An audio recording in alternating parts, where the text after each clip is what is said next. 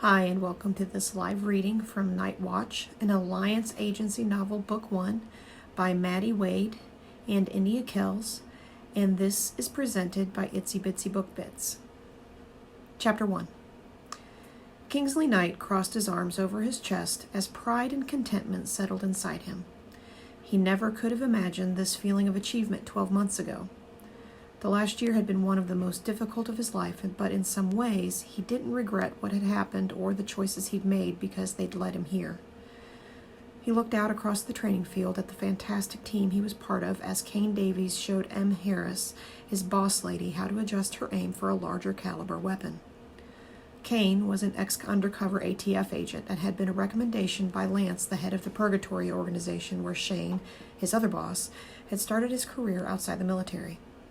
At 32, Kane was considered young to have burned out, but Kingsley knew the strain that undercover work could have on people. Kane had jumped at the chance to sign with the agency, and they were lucky to have found him. Knight felt Shane's best friend Nicholas Hale move to stand beside him. Shane and his fiancée Em co-owned Alliance Agency. They had founded the company after getting together a few months earlier, following a joint op between Purgatory and Fortis Security. The op had gone wrong in so many ways, but it had also brought the couple together, and nobody could doubt the team they made, both personally and professionally. Nick had served with Shane in the Navy as a SEAL, and it was his baby sister's murder that had been the focus of the joint op. "Still can't believe you've made the jump to join us, Yankees." Kingsley turned, lifting his eyebrow at Nick in greeting before turning his attention back to the field. Rubbing his hand over his full beard, he wondered again if he should shave it, and the mop of wavy midnight hair on his head that desperately needed a cut. The heat was already sticky in the early spring of Miami compared to the much lower temperatures of the UK. He finally answered Nick. "Indeed, I'm still coming to grips with it. This heat is relentless. The food is good, though, although I may need to slow down on the burgers and tacos," he replied with a smirk as he patted the flat muscles of his abdomen. The fact that Kingsley Knight was in perfect shape. Years in the Navy as an underwater explosive expert had honed his body so it was all muscle and sinew and not an ounce of extra fat. Nick rolled his eyes, but Kingsley could still feel a shadow on the man. Shane had told him that his friend had gone through a lot and still needed time and work to recover fully. His eyes caught on Caitlin Carter as she took Killian, her German shepherd, through his paces. When he had met her, she had been training Killian to replace her last dog, Mayhem, who had recently retired. As a canine handler with the LAPD, Caitlin had years of experience to go with her well-earned reputation as one of the best handlers and trainers on the force. Growing up with two prestigious veterinarians as parents had set her in her good stead for her job. He watched as she gave Killian, who for shits and giggles she called Kill for short, a series of commands that he obeyed with a blinding loyalty. Knight thought that a few more canines on the team would be a good call. That was something to discuss with Shane and Em for sure. Over on the assault course, the rest of the team were going through their paces. Malco Aguilar, another member of the group, was stretching his muscles off to the side before he attached the running prosthetic that gave him more absorption and energy return than a regular one. As the hostage rescue expert, he was one of the best and had an unparalleled reputation. Losing his right leg below the knee from a landmine trying to save an 8-year-old girl from her crazy drugged-up father while working for the Green Berets had not stopped him in the least. However, Kingsley knew better than most that people only allowed you to see what they wanted you to see. The new team was a mix of different backgrounds that perfectly fit the diversity of work the Alliance Agency wished to attract. Em and Shane wanted to expand hard and fast, and they had a flight out of Miami that night to meet a contact of Shane's about a contract with the FBI. It was lucrative and would involve them signing an NDA, which wouldn't be a problem as most of them had still had top security clearance from their previous lives. Kingsley cast an eye at Nick as he watched Alex Webb race Wolf Murdoch over the course. It had been designed by Zach, Em's former boss at Fortis, who was also an ex-SAS commander. They were some of the toughest bastards around, and this course showed why. With it built over the hilly terrain at the back of their new base of operations, it meant that operators had to use agility and strength, not just brute force and muscle.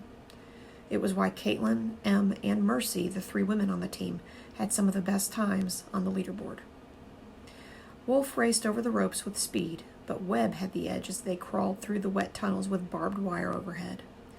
It was neck and neck by the time they sprinted for the finish, with Webb coming in a split second faster. Shane, who had been standing on the sidelines away from him and Nick, watching his recruits train, started to walk toward the competitors, a grin on his face as the two men bent at the waist and sucked in oxygen. They had been training together for a month now, and Kingsley could see they were starting to think cohesively as a unit. Kingsley knew Shane wanted everyone to be able to read each other. It could be the thing that saved their lives one day. Gentlemen, that was piss poor. It wasn't, but Kingsley knew Shane had done it faster, and so had Zach and Lance when they tested it for him. Not by a lot, but enough. Webb looked up, his bright blue eyes holding a mischievous twinkle. "What's your time, boss?" 3 minutes, 19 seconds, Shane said as he crossed his arms over his chest with a grin. Webb lost some of his arrogance, but Kingsley saw a determined light go on in the man's eyes. That competitive spirit that lived in each of them, the same one that would give him the edge when he needed it most. "Again?" Wolf asked. "Again," Webb agreed, as the two men walked back to the start to rerun the course. Wolf Murdoch was a 37-year-old former Texas Ranger. His specialty was infiltration and undercover work.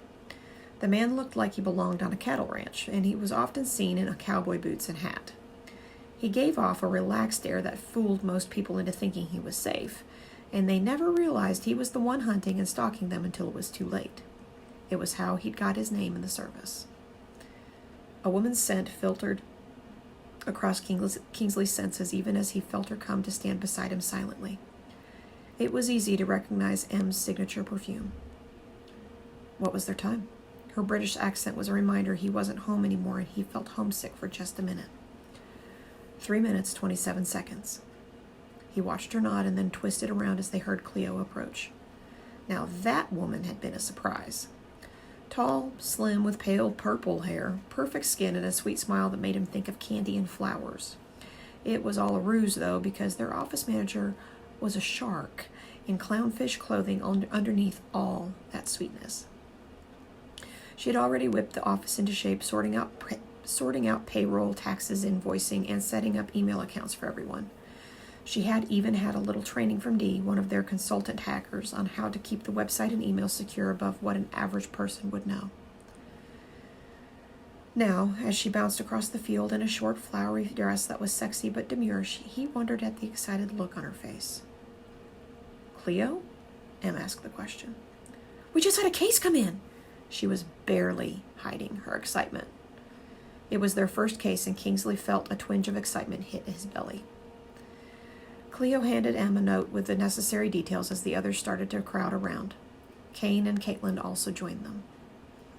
"It's a missing person case.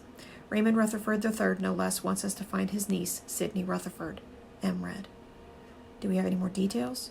Shane asked. "No," Cleo shook her head, "but I have him coming in at 11 to meet with you."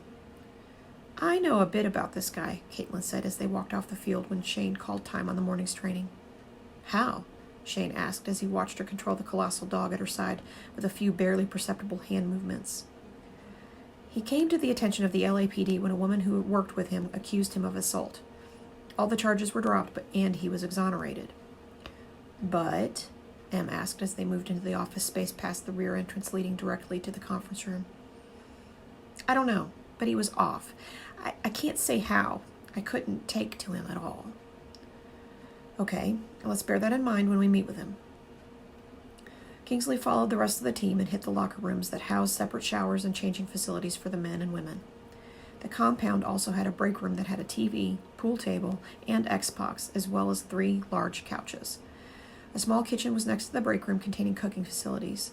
There were also 2 large bedrooms, one for Shane and Em, and a spare for clients if required, along with 2 additional rooms that contained a couple of bunk beds each for the times the team needed to sleep there. He had to give it to Shane and Em. They planned everything for the comfort of the team, and he appreciated it. Kingsley knew too well that with the kind of work they did, safety and comfort weren't a given. He didn't want to think about his past. He wanted to focus on the future. That was the reason he'd accepted Em's offer and joined the team. He had a good feeling about his bosses, the Alliance Agency, and the other members of the team. The winds were shifting. He could sense it, and he was ready for whatever storm the next mission would bring. Chapter 2. Kingsley caught Shane's signal as he came out of the locker room and headed toward him. The other team members were already discussing the next phase of their training, as well as comparing notes on the advanced combat techniques used in their respective fields of work, with definite bragging laced in between. From the corner of his eye, he saw Caitlin laughing at something Mercy said, Killian close on his mistress's heel. It would take some time for everybody to work cohesively. Their personalities, backgrounds, and experiences had to be taken into account as they found their rhythm, their natural place inside the group. Kingsley entered the conference room behind Shane, about to ask a question, when he saw M sitting at the head of the table, deep in conversation with a man. Immediately, he slid his poker face on. It seemed business was in order. The man looked well into his 50s, with a haughty air and suit that screamed money and power. Not a strand of graying hair out of place, perfectly shaven, he was the image of control, although at that moment anxiety was the primary emotion Kingsley could see on his face. M turned. Mr. Rutherford, this is Shane Rhodes, co-founder of the Alliance Agency, and Kingsley Knight, a member of our team. Before him was the client Cleo had referred to earlier. Rutherford shook Shane's hand before shaking his. The grip was forceful, more than it should be, and most probably a result of the strain he could see on the man's face. Kingsley sat, letting Shane and M take the lead, as he wasn't sure of his boss's intentions or why he'd been included in the meeting. I came to your agency, on the referral of a few very close friends who know your ties with Purgatory here in the U.S. and Fortis in the U.K. Their impeccable reputations, as well as the fact you are located here in Miami, helped to confirm my choice. I've found it best to have people who know the ins and outs of this city. I need someone found quickly. My niece, Sydney Rutherford. Shane frowned. Sir, the first step is to contact the police. I know someone. No! After the initial outburst, he lowered his voice. No, it's impossible. The kidnappers told me I couldn't contact anyone. He swallowed hard. I have never been close to Sydney, so it was a shock when I received pictures of her bound to a chair, gagged and helpless. That was when they sent me messages asking for money. I transferred it regularly through various accounts, but it wasn't enough. It was never enough. They promised to free her each time, but it was a lie. And lately they wouldn't let me speak to her at all. They would put her on the phone, and for the first time his voice hitched a little. But not the last few times they called. I don't know what happened. Em looked at Shane and him before turning to Rutherford. Please tell us everything from the beginning. Details are important. At her words, Rutherford seemed to bring himself back under control. It started 3 weeks ago, when I received a sealed envelope with pictures of Sydney bound to a chair. There was a note telling me to memorize a bank account number and send the first payment of $100,000, so my niece continued to breathe. I paid. Kingsley leaned forward. Do you still have the pictures? Rutherford shook his head. The note said to destroy everything. I did. I destroyed them, along with the message, as they said if I contacted the authorities, they would cut her into pieces. Shane looked somber. And how many times have they contacted you for money since then? 7 times over the course of 3 weeks. And each time I was able to speak to her briefly, but as I said, not the last few times. I have a bad feeling. I'm such a fool. I thought I could pay them off, that giving them money would be enough. The man put his face in his hands for an instant, and when he looked up again, he was once more composed and steady. There isn't much more to tell. Same male voice each and every time. Slightly distorted, and I couldn't hear an accent. And what about your niece? What did she say when she was on the phone? Kingsley liked M's question. She sounded scared. Each time she begged me to help her, to rescue her. Rutherford swallowed hard before continuing. And I failed her. Kingsley leaned back on his chair. There wasn't a lot to go on. Shane waited a moment before asking another question. Do you know of anybody who would want to hurt your niece? He shook his head. I can't answer that. I don't know her all that well. Kingsley asked the question that was burning his tongue. Do you have any enemies, Mr. Rutherford? Now, ice returned to the man's gaze. Of course I do. You don't become as wealthy as I am without making people angry or envious of your success. But I doubt any of them would have the audacity to act. Shane nodded. Mr. Rutherford, would you allow us to investigate? We'd need access to your phone. There may be a chance we can trace the kidnappers. Also, we'd need you to list everybody, people, and organizations that may hold grudges against you and would retaliate in any way. Rutherford straightened in his chair, looking at the three of them as he would probably do to his subordinates at one of his board meetings. You have total carte blanche. Money's no object. I'll give you full access to anything you require. And my phone if you like. I'll go through my recent mergers with my assistant and send you a list. I've brought some recent pictures of Sydney for you. As they rose, Shane offered his hand.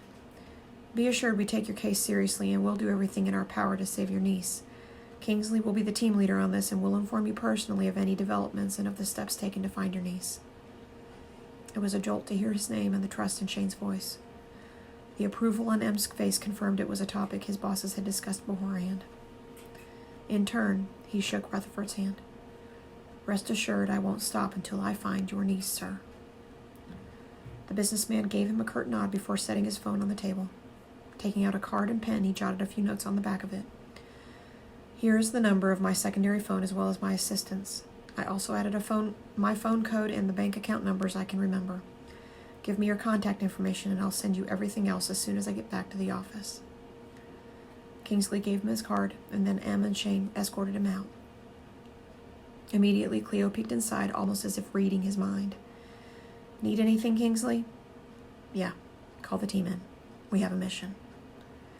Em and Shane walked back into the conference room, their eyes on him. You good to lead this one? Shane asked, his head tilted as he assessed him. Kingsley felt pride and a little anticipation at them putting their faith in him. Absolutely. Good. You have this from start to finish. You call the shots and the teams. Em and I need to know we have someone who can lead things when we're away. I won't let you down, Kingsley said with pride as the team began to shuffle in.